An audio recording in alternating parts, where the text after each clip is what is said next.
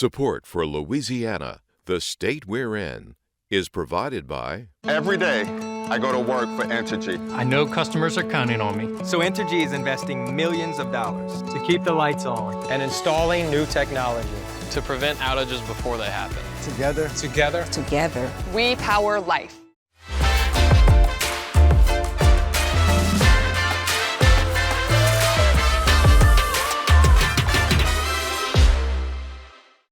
Additional support provided by the Fred B. and Ruth B. Ziegler Foundation and the Ziegler Art Museum located in Jennings City Hall. The museum focuses on emerging Louisiana artists and is an historical and cultural center for Southwest Louisiana. And the Foundation for Excellence in Louisiana Public Broadcasting, with support from viewers like you.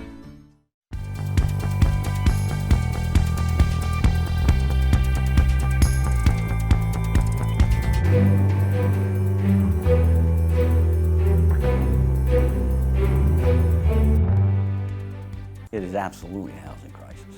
I mean, we're going to have people living in cars, living with friends, living underneath bridges, unless we figure out how to fix this. The home construction industry warns of a housing crisis. We want to make sure that we have two legitimate seats with legitimate opportunities. Louisiana's congressional map under a deadline for redrawn districts. I support whatever he does because he's been such an amazing governor for our state during this time. A legacy chat with First Lady Donna Edwards. Hi everyone, I'm Kara St. Cyr. And I'm Karen LeBlanc. Louisiana makes a major step in closing the digital divide with access to more than $1.3 billion in federal funding.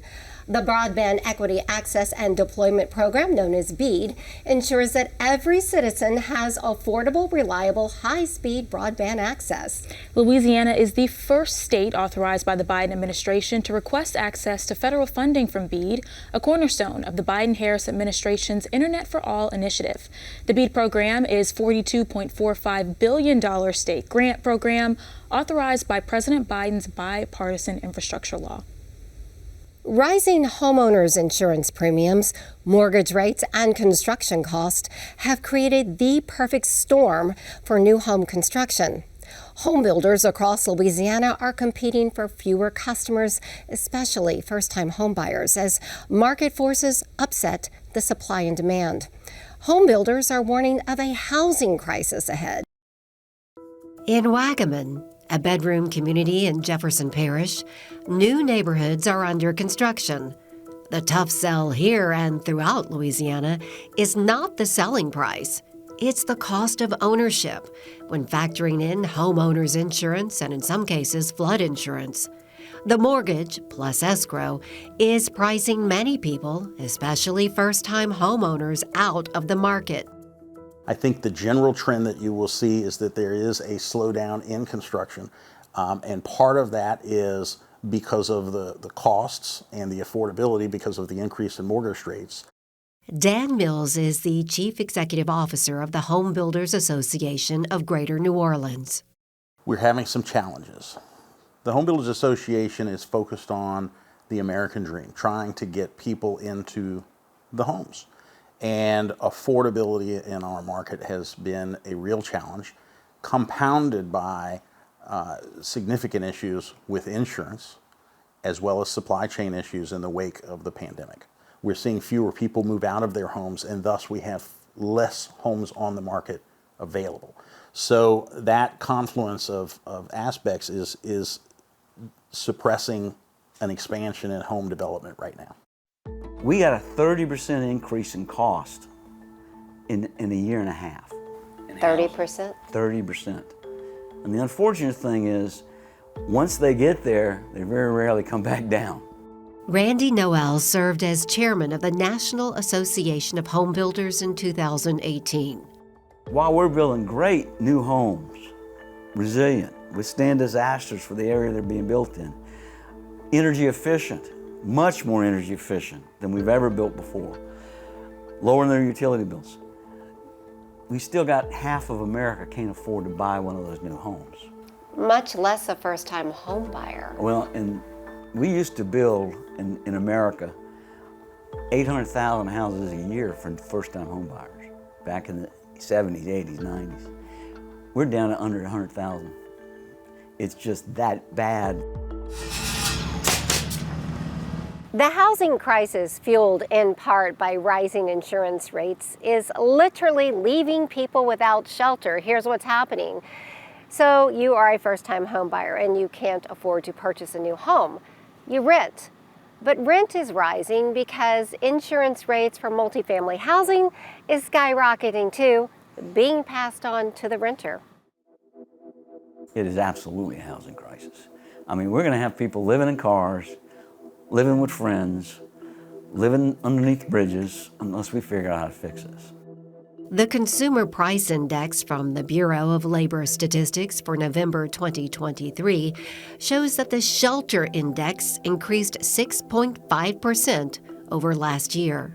This year, Louisiana adopted more stringent building codes in an effort to curb rising homeowners' insurance rates and entice more insurance companies to write policies.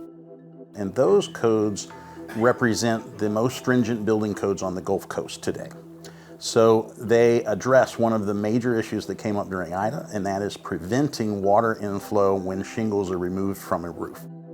A fortified roof that prevents water intrusion is now code on new home construction. Insurance companies provide a rate break for a home with a fortified roof. For existing homes, a grant program is available to help homeowners defray the cost of retrofitting their roof to fortified standards or code. Roofs in the state of Louisiana don't last but 10 years. Even though there's a 30-year warranty on them, they degrade so fast in our climate that after 10 years, they're not strong enough to withstand the heavy winds we got in the storm. The insurance companies are starting to send out letters to ask about the age of your roof because they know if your roof is more than 5 years old, it is not fortified. So you're going to have the option of fortifying it from the top side by replacing your roof. If your roof's only 3 to 5 years old, you probably don't want to do that. So it is possible to come from the underside, the attic side, with a special type of spray foam and seal again around every sheet of plywood. Closed-cell polyurethane spray foam works to seal a roof from water intrusion and secure it up to the standards of the Fortified Roof Code. I'm one of those certified fortified contractors with the grant program the Department of Insurance has. We're finding that is much less costly than taking the roof off and redoing it. So if we can watertight that deck, we can prevent those damages and mitigate the costs to the insurers and make it more amicable for them to come back and do business in our state. Homeowners have another tool to lower their insurance rates by hiring a qualified inspector to do a wind mitigation survey of the home. If you brought your house up to the current building codes, you had a form with this inspector that you filled out, gave it to the insurance companies, and the insurance companies were mandated to give a discount out. That went in effect in '06, I think, and we had a lot of inspectors at the time, but it never really caught on.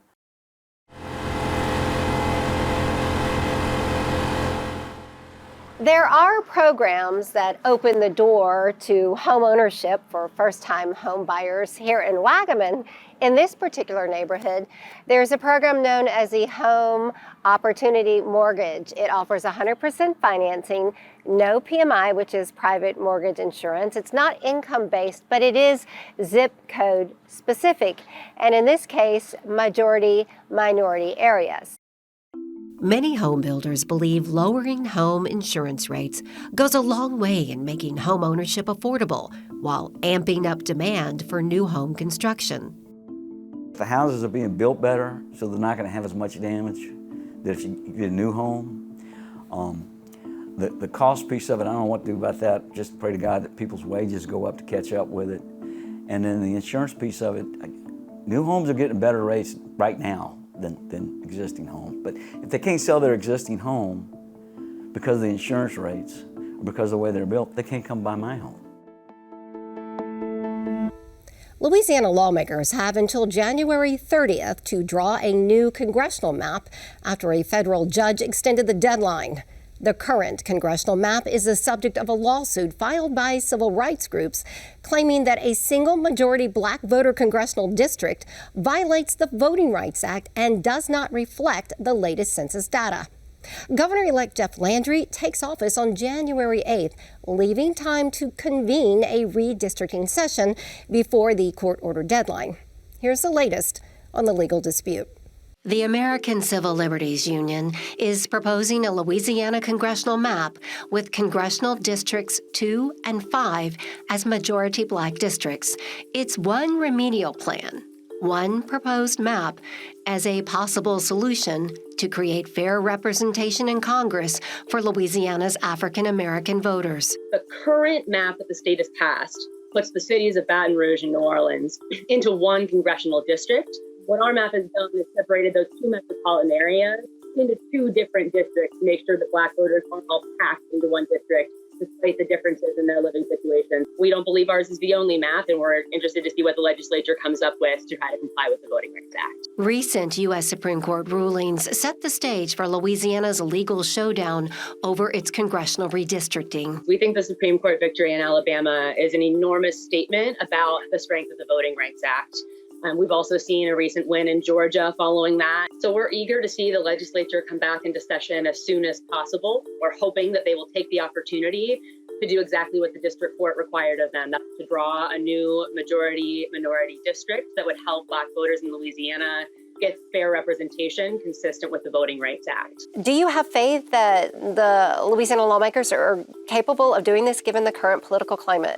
We're always hopeful, and we think that, if anything, the case we've proven so far has given them a clear roadmap to how to draw a new majority black district in Louisiana. At issue is Louisiana's current congressional map, which has one majority black voter district, despite 2020 census data showing that African Americans comprise roughly 1/3 of the state's population. You don't have strong opinions as to where the second majority black congressional district is, as long as we have a second majority congressional black district. That is correct. At the end of the day, we want to make sure that we have two legitimate seats with legitimate opportunities, not with narrow margins that don't take into effect the disproportionate amount of voting participation. Louisiana Congressman Troy Carter, a Democrat, represents District 2, the state's only black majority congressional district. District 2 includes most of Orleans Parish and Jefferson Parish, the majority of the river parishes, and portions of East and West Baton Rouge Parish. It balances the playing field.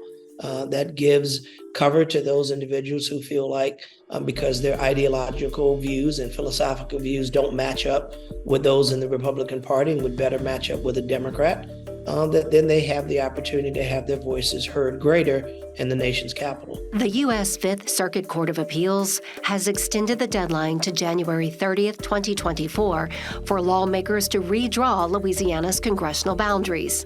Governor-elect Jeff Landry takes office January 8th, in time to convene a redistricting session before the court deadline, although the incoming administration has not committed publicly to calling one. I'm hopeful and optimistic that this governor and this legislature will do the right thing this time, particularly since we've had so many directives from the court saying either you do it or we will. If lawmakers fail to create a congressional map that is not in violation of the Voting Rights Act, the case heads to Louisiana's Middle District Court for a federal judge to decide.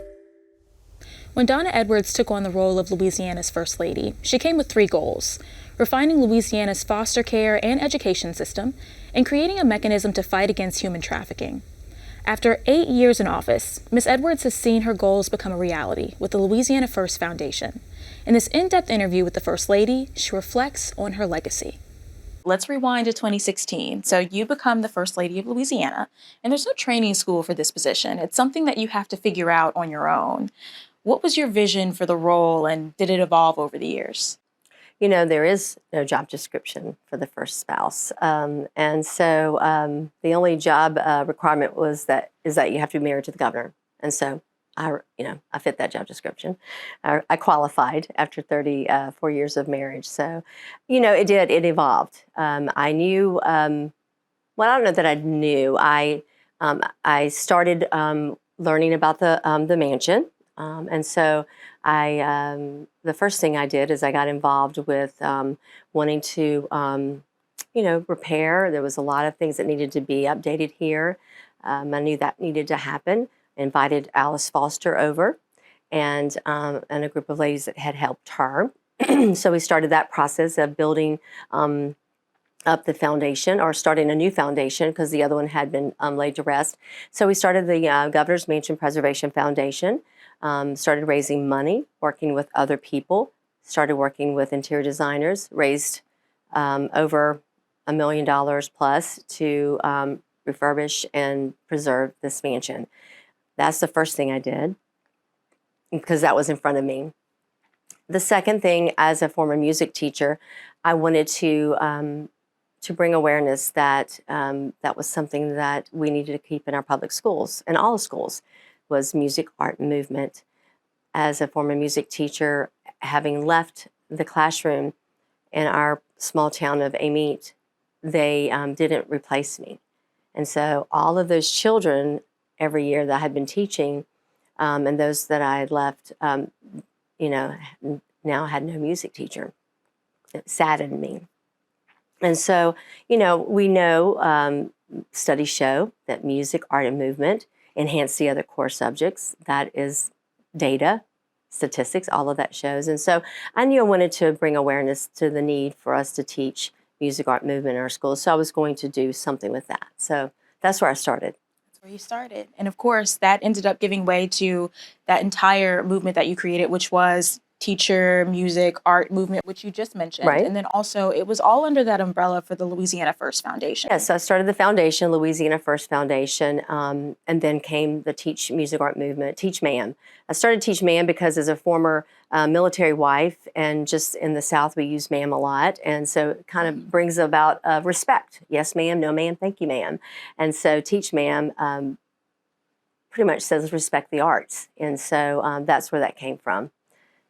Yeah, and you were talking a lot about your history as a public music school teacher. Do you think that there was anything else that you learned from that job that you took into this one that kind of prepared you for public service? I think John Bell and I both value people from all walks of life, and we both walked into this position with that same feeling and wanting to make things better.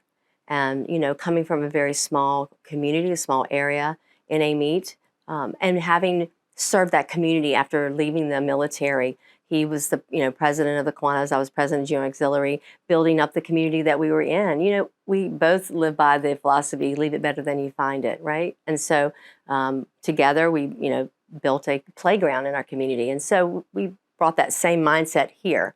Him on obviously a larger playground, the state, and here in the Governor's Mansion, and then taking that idea of the Teach Music Art movement, and then loving the children, and then realizing that our Department of Children and Family Services and the children that are there in the foster care program, and then they end up in the state's, or in the state's hands, are our children.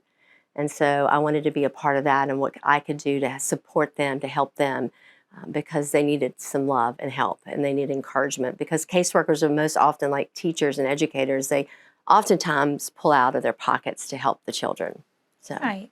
And I actually do want to talk a little bit more about the work that you did with Louisiana's foster children.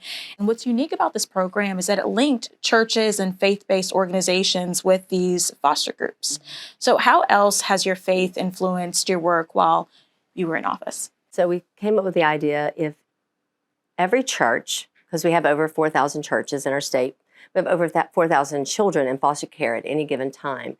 And so and those kind of go together, right? And so if every church in our state would consider recruiting one family within their church, and that one family go through the foster care program and become a certified foster family, and then the church wrap themselves around that family and that child or those children, can you imagine what that would do for those children in our state, in our communities? We would take care of all the children. I mean, we would literally take care of every child in our state. That's huge. And it wouldn't be hard. It's not like we have to have a program. All you have to do is stand up in church and say, who in the congregation is a foster parent? Who in the congregation knows someone's a foster parent? What can we do to help them this week? Can we bring them food? We love food in Louisiana. We can bring them food once a week. Can we offer to support them in after-school programs? Maybe there's a tutoring program. Maybe there's a basketball. We have bitty basketball in our community. Offer to help them with clothing. Maybe they need prom dresses, or maybe there's some school clothes. Offer to help them with tutoring. There's all kinds of things we can do to help, but I encourage the churches to step up and be a part of that. And so that's something I will continue to do even after leaving office. Well, another aspect of the Louisiana First Foundation was human trafficking. It is. And you'd mentioned in other interviews that you didn't know much about human trafficking before taking on the role as First Lady. So what compelled you to get involved with this? Well, I didn't, and I'm embarrassed to tell you that I didn't, and I say that quite often. And it's one of those situations that once you do know it, once you hear about it, you can't unhear it. Once you know that it's right here in your own community, which it is, it was in our community in a meet, you can't walk away from that. And you can't say, I don't want to have a part of that. These are children. The average age of a young girl in our state of Louisiana that is trafficked is 13. And so you have to say, what can I do? How can I help with this situation? And I knew I could possibly leverage this leadership role at some level to be a voice for the voiceless, to help in some way. And what can I do? What could I do? And so I just started reaching out to others, and talking about it and speaking out about it. And we started working. And through the office, the Governor's Office of Human Trafficking Awareness, Dr. Dana Hunter, she was able to just really work hard to train law enforcement. We traveled the state, had summits around the state. I've had my own Zoom summits. We've went from 300 people attending to over 600, 800 people from around, not just our state, the country, other countries. Now I've started the National Coalition for the Prevention of Human Sex Trafficking with other first spouses around the country. And I'll continue to do that, spreading the awareness because it's happening in every state. Well, 8 years is a lot of time for hindsight. Mm-hmm. What is the most difficult aspect of being the first spouse? We've had a lot of trauma, a lot of things happen over these last 8 years. 2016, we had multiple tornadoes that year. We had a shooting here in Baton Rouge. We had officers killed. We had the flood of 2016. I was going to say 100-year flood, and I paused because I think now they're saying it's 300, 400-year flood, something even bigger than that, longer than that. But that was just in 1 year. That's a lot. And to watch your husband go through that, and to watch our friends and family members in our state to go through that was hard. And then all the hurricanes that we've had, and COVID, and the drought, and the fires, and salt in the river. It's just been a lot over this last 8 years. And so, but I believe that God put him here for this time because his military experience really played a huge part in how he governed our state. And is there anything that you'll miss? Oh, I'll miss a lot. I'll just miss the people. This has been such a joy, a humbling, and an honor to be here in this governor's mansion. And we have really tried very hard to open it to remind people that this is the state's home. It always is so much fun when children come to visit. I come down and I welcome them to the governor's mansion and I say, did you know that this is your mansion? And their eyes get really big. They're like, no. Yes, this is your mansion. This is the state's home.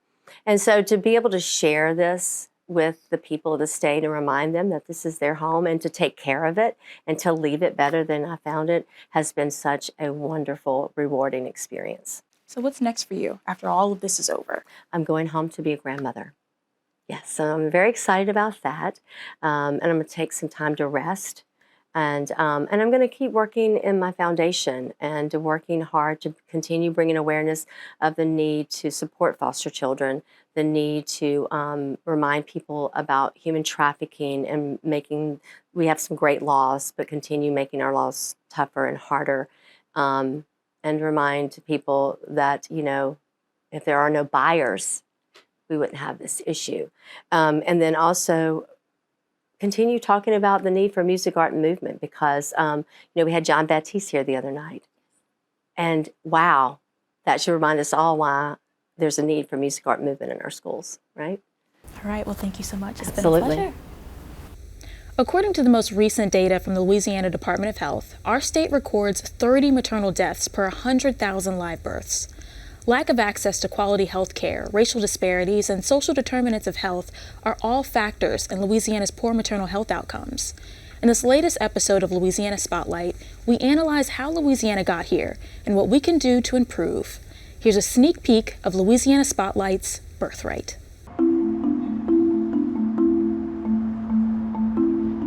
I'm Tiffany Dietrich. I'm a licensed midwife. We are at Sage Birth Center in New Orleans. It's the first freestanding birth center.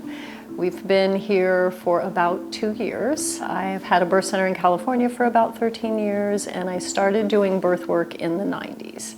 I was initially licensed in Washington State, and then practicing in California, and then most recently here in Louisiana.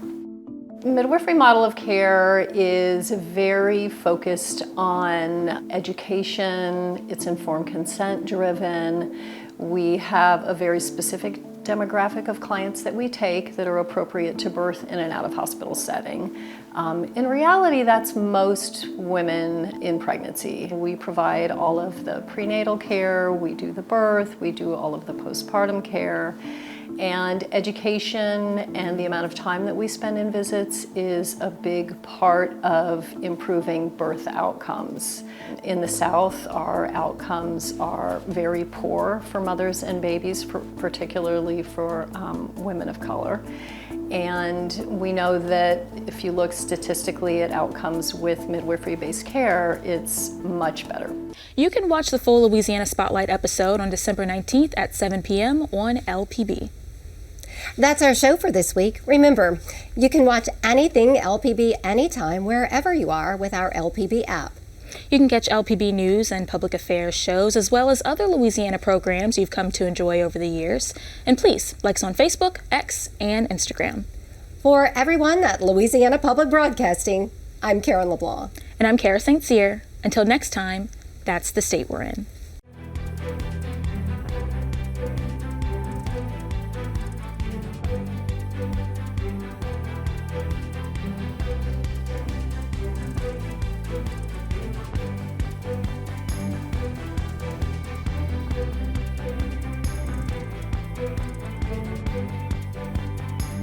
Every day, I go to work for Entergy. I know customers are counting on me. So Entergy is investing millions of dollars to keep the lights on and installing new technology to prevent outages before they happen. Together. We power life.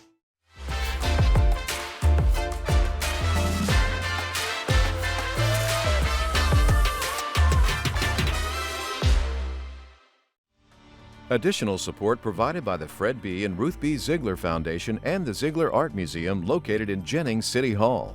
The museum focuses on emerging Louisiana artists and is an historical and cultural center for Southwest Louisiana. And the Foundation for Excellence in Louisiana Public Broadcasting, with support from viewers like you.